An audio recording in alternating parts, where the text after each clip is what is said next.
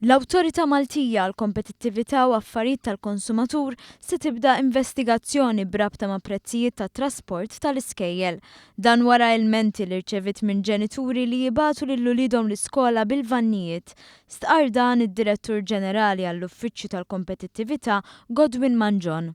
Kienu kemm l-ilmenti, mu anke dak ukoll li kienet jingħad fil-midja aħna fil-fatt għandna uffiċjal apposta jsegwi dak li kienet jiġri fil-midja, aħna mal-ewwel ġejna notifikati l-ġimgħa stess kif kienet jiġru fil-midja u ovvja bdejna mbagħad naraw jew insegwu dak li qed jiġri sabiex inkunu f'kundizzjoni li bħala prima faċli naraw daqsxejn jekk hemmx lok li jkun hemm ksur li hemm xi forma ta' xi ksur tal-kompetizzjoni.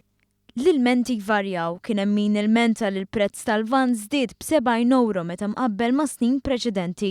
Ġenituri jsostnu li tal-vannijiet ollow fi żmien li raħas il-fuel biex jieħdu huma l-vantaġġ tal-inċentiv li offra l-Gvern lill-ġenituri.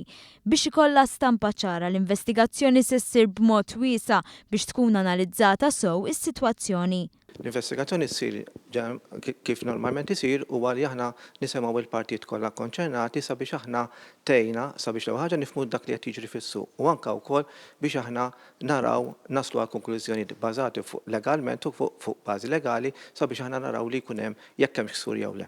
F'każ li jinstab li kien hemm ksur tal-liġi, l-Uffiċċju għall-Kompetittività jieħu passi. Jekk il-ksur jinħass li huwa qawwi, f'dak il-każ l-uffiċċju jista' jwaħħal multi sa 10% tal-bejgħ jew tad-dħul tal-intrapriża li tkun qed tagħmel dak il-ksur.